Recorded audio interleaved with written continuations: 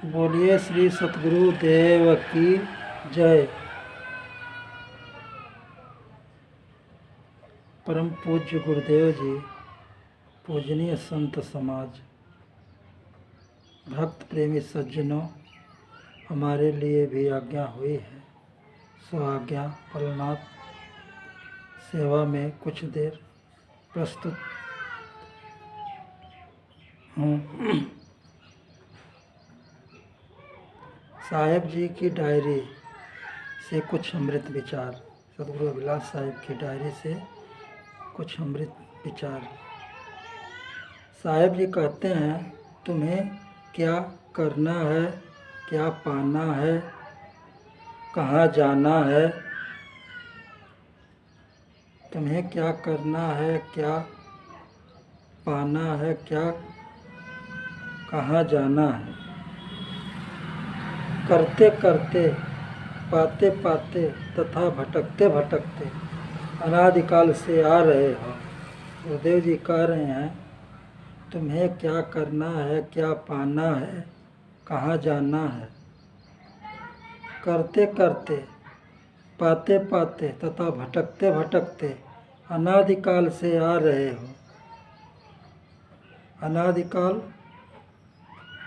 अनंत जन्मों से आ रहे हो। आज तक इन बातों से मन के कूड़े कबाड़ के अतिरिक्त क्या मिला। साहेब जी कह रहे हैं, अनादिकाल से भटकते भटकते इस संसार रूपी सागर में आए हो, रह रहे हो। कूड़े कबाड़ के अलावा इस संसार में क्या मिला। भक्ति भाव नहीं किए, मन इंद्रियों को सुबस नहीं किए। हाँ, तो क्या किए, जीवन भर कूड़ा कबाड़ में मन को उलझाए रखे।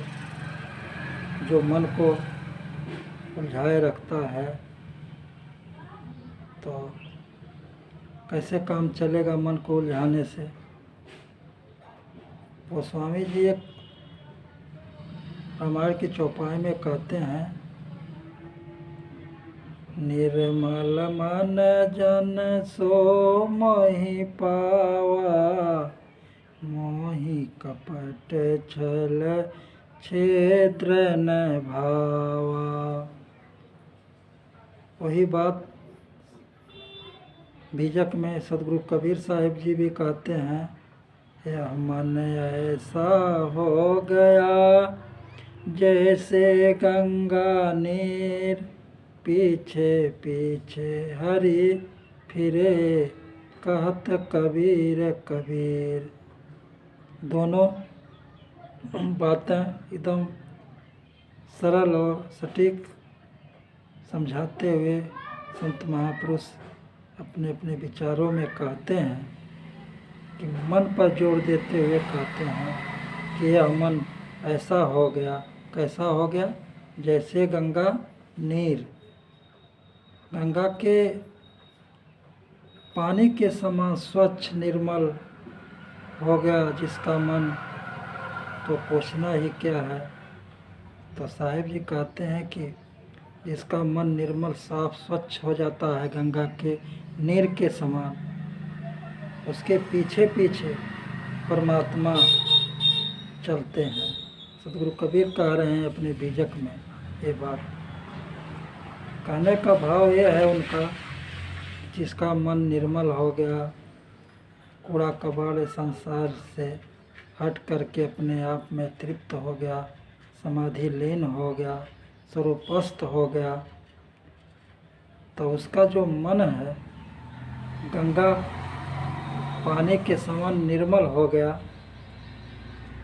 तो उसकी जो पूर्ण कमाई है, स्वरूप स्थिति रूपी जो पूर्ण कमाई है, उसके पीछे पीछे चलती है। मैं भगवान बुद्ध की एक पुस्तक में पढ़ रहा था, तो उसमें लिखे थे कि हजारों गायों के बीच में छोटा बछड़ा जैसे अपने माँ को ढूंढ लेता है, वैसे बुरे कर्म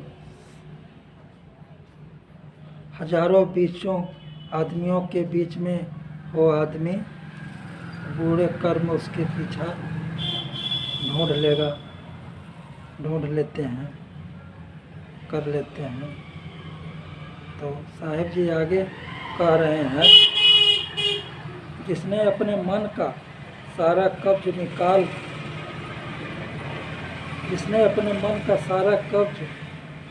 निकल जाए, वह काम करना ही करना है। ऐसा काम करना है, साहिब जी कह रहे हैं, कि जिससे अपने मन का कूड़ा कबाड़ रूपी कब्ज शरीर से निकल जाए, भक्ति भाव स्वरूप में लीन हो जाए।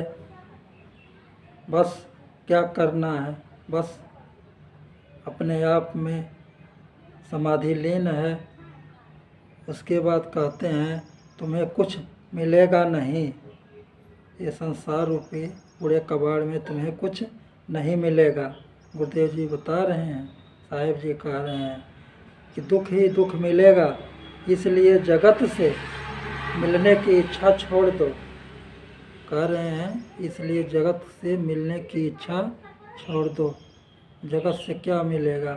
बहिर्मुख होने से, मन को अपने उलझाने से बहिर्मुख जो हो जाता है, उलझा देने से क्या मिलेगा? कूड़ा कबाड़ ही तो मिलेगा। मैं बचपन में गन्ने की पेराई होती थी जो कोल्हू से, बैल की कोल्हू से, तो देखता था कि कहते थे कि जो बैल किनारे किनारे चलते हैं, पेरते हैं रस को, उसको क्या मिलता है? रस का मैला, बर्दमहिया कहते हैं, हाँ, जो वेस्ट निकलता है रस का, उसको दिया जाता है। और कहते हैं कि जो केंद्र में बैठा होता है, कोल्हू के पास में होता है, वो असली मलाई रस वही पाता है।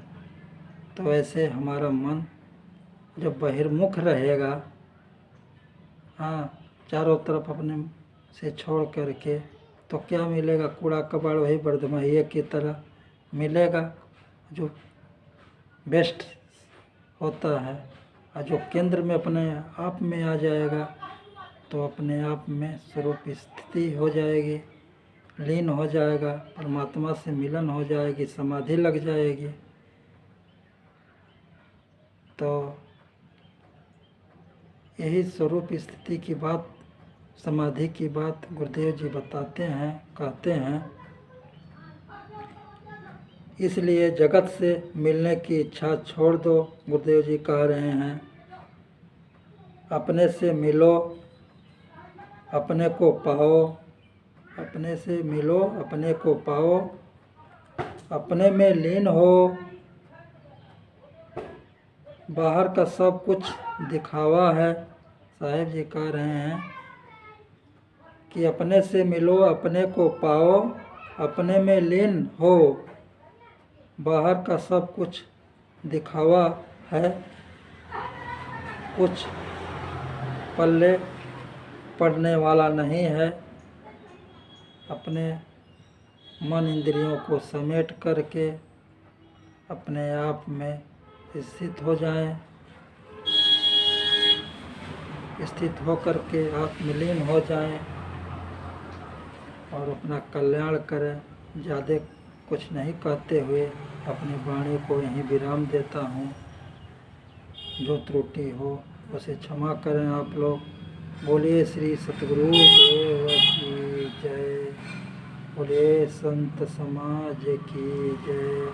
साहेब बंदगी, साहेब बंदगी, साहेब बंदगी।